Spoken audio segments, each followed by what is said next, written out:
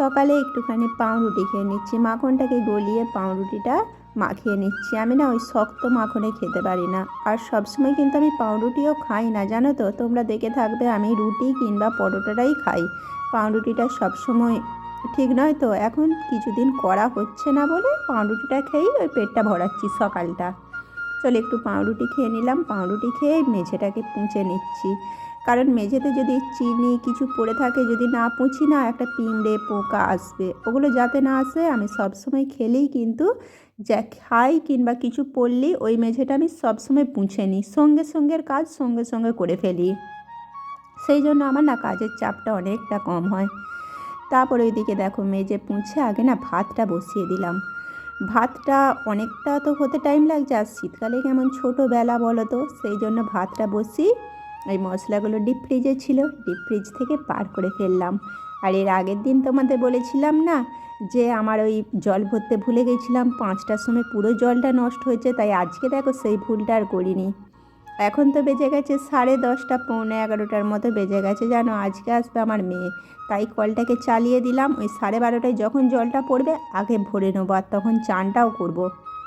আর আজকে কিন্তু আকাশে বেশ ভালো বৃষ্টি হচ্ছে ঝিরঝির করে, আর এতটা ঠান্ডা না, একবার করে ঠান্ডা আর একবার করে গরম, কী বিচ্ছিরি যেন লাগছে, শরীরটা অস্বস্তি লাগছে।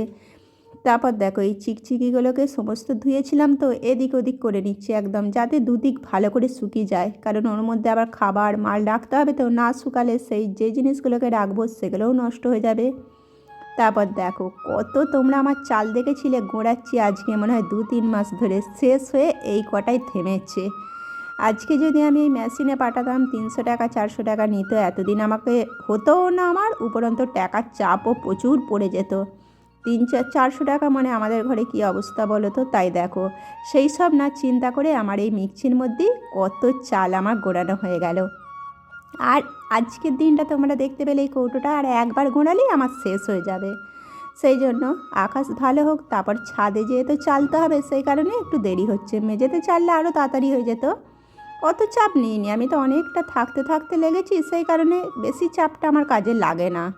অনেকটা আমি সময় থাকতে থাকতে, ওগুলো লাগবে আমার পৌষ মাস, আর এখন কী মাস বলো তো। সেই কারণে আগে ভাগে কাজে লাগলে দেখবে কোনো কাজে চাপ পড়ে না। তারপর ওইদিকে হচ্ছে আমার ভাত, আর এইদিকে দেখো আমি একটা করে তরকারিও বসিয়ে দিচ্ছি। এইটা হবে এঁচোড় হবে আর ফুলকপির তরকারি হবে, দুটোর তরকারি, আলুই তো এক, তাই হালকা করে সিটি মারতে দিয়ে দিচ্ছি। আর নুনের কৌটোটা দেখতে পাচ্ছ, আমি হাতের কাছে না 3-4টে নুনের কৌটো রেখে দিই। একটা সগড়িতে থাকে, একটা ওই যে 5 ফোড়নের কৌটো রাখি, আর একটা ওই সবসময় সেদ্ধ এইসব করতে গেলে তো নুন লাগে, সেই কারণে নুনগুলোকে চারিদিকে করে রাখি, চারিদিক বলতে গুছিয়েই রাখি, 3-4টে কৌটোই করে রাখি। তারপর দেখো বড় মশাই এনেছিল ওই ফেলি গুড় বলে না, সেই কি খেজুর গুড়ের, এইটা ও খুব পছন্দ করে এটা, সেই জন্য নিয়ে এসেছে। সেটাকে একটু ভেঙে রেখে দিচ্ছি।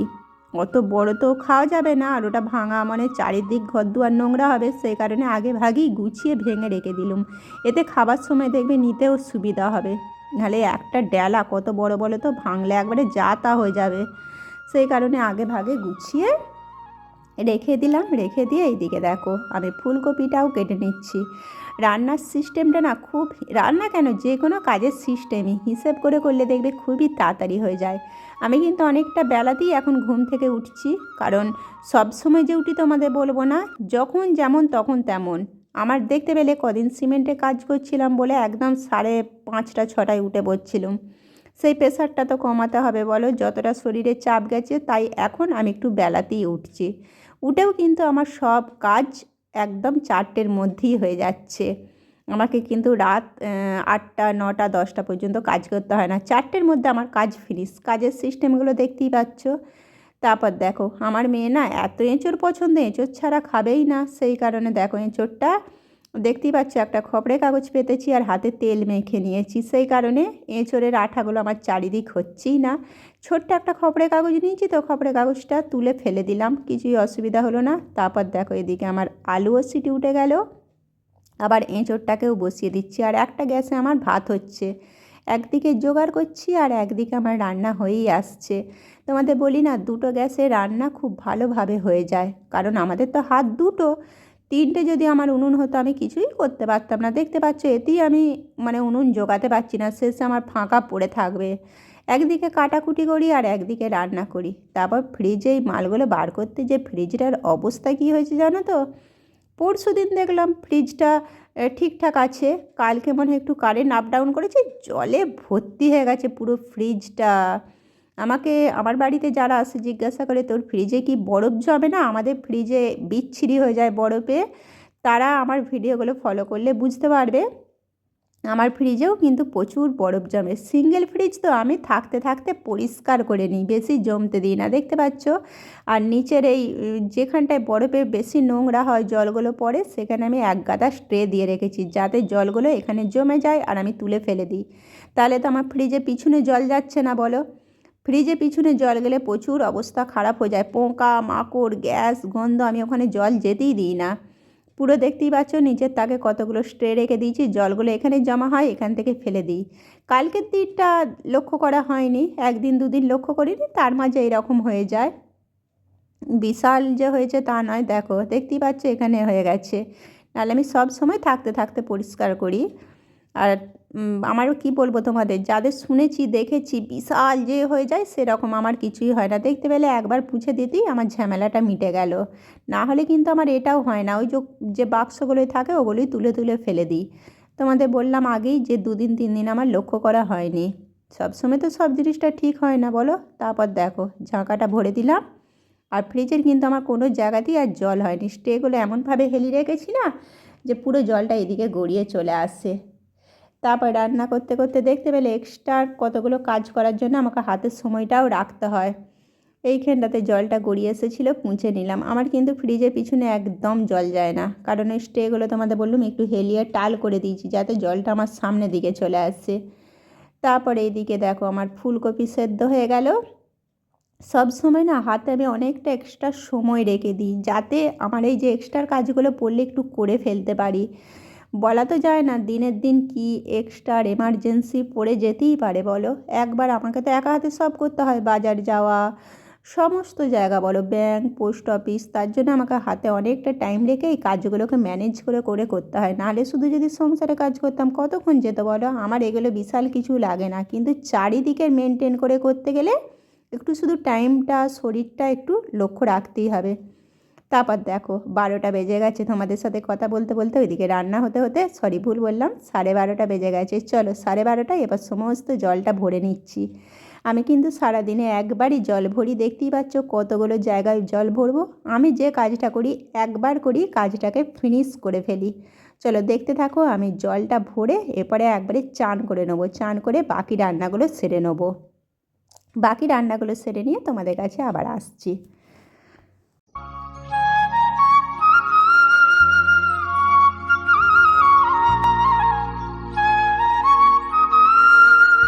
এদিকে দেখো চানের জন্য সরাসরি জলটা ভরতে দিয়ে দিলাম। আমাদের তো সেই সজল ধারার জল, কি ঠিক বলে আমি জানি না, পৌরসভা কিন্তু নয়, আমাদের সজল ধরা, এটা হচ্ছে কি বলে আমি তোমাদের পারফেক্ট বলতে পারবো না, কারণ ট্যাঙ্কির জলে চান করা যাবে না, তোমাদের বলে দিচ্ছি। সরাসরি জলটা ভরতে দিলাম।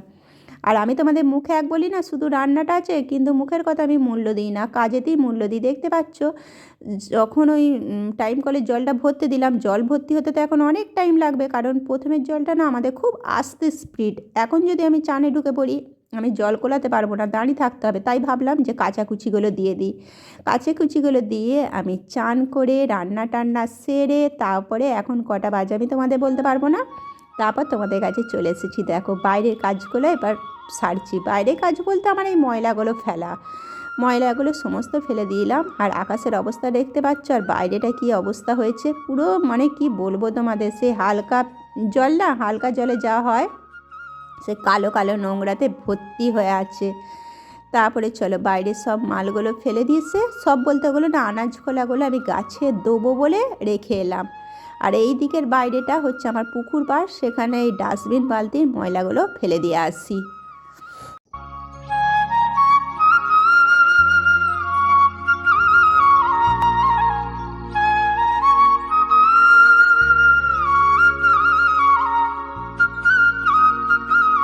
এত কাদাতে দুটো বালতিকে বার করতে গেলে আমাকে দুবার করে যেতে হবে বলে একটা বালতিতে নিয়ে যেয়ে ফেলে দিয়ে চলে এলাম। তারপর দেখো এখানেও একটা পরিষ্কার বালতি দিয়ে দিলাম, আর ওই বালতিগুলোকে না সমস্ত আমি বাসন ধোয়ার জায়গাতে রেখে এলাম। এবার যখন বাসন ধুতে বসবো আমার 1 ঘন্টাও আজকে লাগবে না, বেশি তো বাসন নেই, আধ ঘন্টাতেই হয়ে যাবে। সেই কারণে সমস্ত ওইখানে আমি একবারে বাসন ধোয়ার জায়গায় সমস্ত ওখানে স্টোরেজ করে দিয়ে এলাম। দেখবে যে কোনো কাজ একবার করলে কাজটা কিন্তু খুব তাড়াতাড়ি হয়ে যায়, নাহলে দুটো বাসনকে নিয়ে বাসন ধুতে কিন্তু বেশি টাইম লাগে না দেখবে। আর এইটা হচ্ছে রসুন, কালকে আমার মেয়ে আসছে, কালকে একটু চিকেন টিকেন হবে, তাই আজকে রসুনটাকে ছিঁচে রেখে দেবো। সমস্ত কাজ বলি না আমি আগে ভাগে করে রেখে দিই, সেই কারণে কালকে আমার আর কোনো চাপটা থাকবে না। তরকারি কাটতে বসেছিলাম, একবারে রসুনগুলো ছাড়িয়ে ফেলেছি। আর এই যে কৌটোটা দেখতে পাচ্ছ আমি কাটতে যেয়ে না কাটতে পারিনি, এতে গাছ লাগাবো, তাই বড়মশাইকে দিয়ে কালকে কাটাবো বলে রেখে দিয়েছি। এরপর চলো তরকারিগুলোকে এখানে গুছিয়ে নিই, গুছিয়ে নিয়ে এরপরে রান্নাঘরটাকে পুরো পরিষ্কার করে নেবো। তোমাদের বললাম না দুটো বাসন ধুতে দেখবে যে না টাইমটা লাগে, এখানে যখন আমি বেসিংয়ে বাসন ধুচ্ছিলাম না, বেসিং পরিষ্কার করতে আধ ঘন্টার ওপর লেগে যাচ্ছিলো। সেই কারণে ওখানে আমার বাসন ধুতে এত ভালো লাগে আর এত তাড়াতাড়ি হয়ে যায় না, আর এখানে আমার গ্যাস পরিষ্কারও খুব তাড়াতাড়ি হয়ে যায়, কোনো বাড়া ঝামেলা আর হয় না। তারপরে আমার মেয়ে এলে করবো একটু গরম গরম চাউমিন, ও বলেছে চাউমিন খাবো, তাই চাউমিনটাকে আগে সেদ্ধ করে রেখে দিচ্ছি। এখন 4টেও কিন্তু বাজেনি, চাউমিনটা সেদ্ধ করে রেখে দিচ্ছি আর ভাজবো গরম গরম সেই সন্ধ্যেবেলায়। রাত্রে কিন্তু এই চাউমিনটা করলে আমার কাজ আজকের মতো ফিনিশ। সমস্ত কিছু সেরে রেখে দিয়েছি, তোমরা দেখে নিলে। তারপরে এইভাবে রেখে দিলাম বলে না চাউমিনের জলটা বেশ ভালো ঝরে যাবে, আর 2-3টা আমার এক্সট্রা বাসনও করতে হলো না। চলো এবার গ্যাসটা তাড়াতাড়ি করে পুছে ফেলি, এরপরে আর গ্যাস নোংরা হওয়ারও কোনো ভয় নেই। চাউমিনটাতে এবার হালকা করে শুধু মানে কি বলি তোমাদের ওই ভাজা, তাতে গ্যাস নোংরা হওয়ার কোনো ভয়টা আর নেই, নোংরা কাজগুলো সেরে ফেলেছি।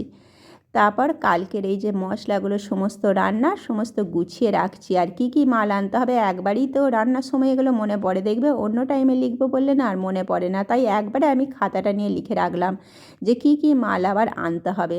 আর মাল আমি থাকতে থাকতে এনে রাখি বলে না ওই কোনো জিনিসটা আজকে এনেই আমাকে রান্না করতে হবে সেরকম হয় না। দেখতে পাচ্ছ এখন থেকে আমি খাতায় লিখে রাখছি মালগুলো আমি আনতে যাব একবারে 15 দিন পর।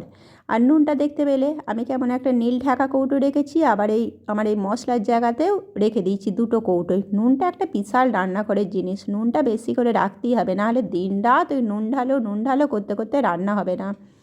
আর আমার এই মশলার জায়গাটা না অনেকটা বড়, কেনাগুলো আমার পোষায় না, এর মধ্যে মশলা ঢাললে অনেক দিন হয়ে যায়, বেশ অনেকটা বড়, আর সব জিনিসটা মনের মতো করে রাখতে পারি। চলো এবার গ্যাসটা মুছে নিই, গ্যাসটা মুছে নিয়ে বাসনটা ধোয়া হয়ে গেলেই আমার অনেকটা কাজ, অনেকটা কি আজকের মতো কাজটা ফিনিশ। এরপর আমার যে শখের কাজগুলো করব সন্ধেবেলায় স্লাইড লাইট, সেগুলো আলাদা। এই আর যে কাজগুলো আমার সারাদিনের চাপের কাজ ছিল সেগুলো হয়ে গেল।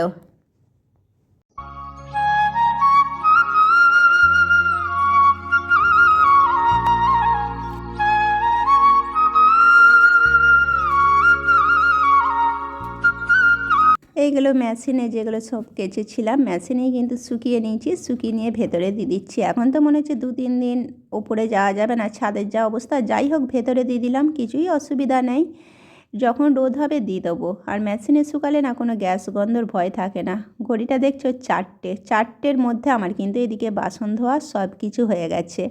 তোমাদের আর সেগুলো শেয়ার করিনি, ভিডিওটা অনেক বড় হয়ে যাবে বলে এই দিকটা একটু না ধুয়ে দিয়েছি। ওই দেখতে পেলে জলেতে কি অবস্থা হয়ে গেছিলো, নোংরা টোংরা, তাই সমস্ত কলতলা ধুয়ে পরিষ্কার করে এরপর বুটগুলো খুলে রাখছি। বুটগুলো পরে কিন্তু আমি জলের কাজগুলো করি, তাই না আমার এই মোজা পাগুলো আর ভেজে না। সন্ধে হয়ে গেছে, এরপরে জামা টামা ছেড়ে দেখাবো সন্ধে, তারপর একটুখানি রিল্যাক্স হয়ে যাব। চলো এই কড়াইটা চাউমিন করব বলে একবারে জায়গায় জায়গায় রেখে দিলাম, যাতে পরে আর আমার কোনো ঝামেলার কাজগুলো না থাকে। আজকে এইটুকুই, আবার দেখা হচ্ছে কালকে।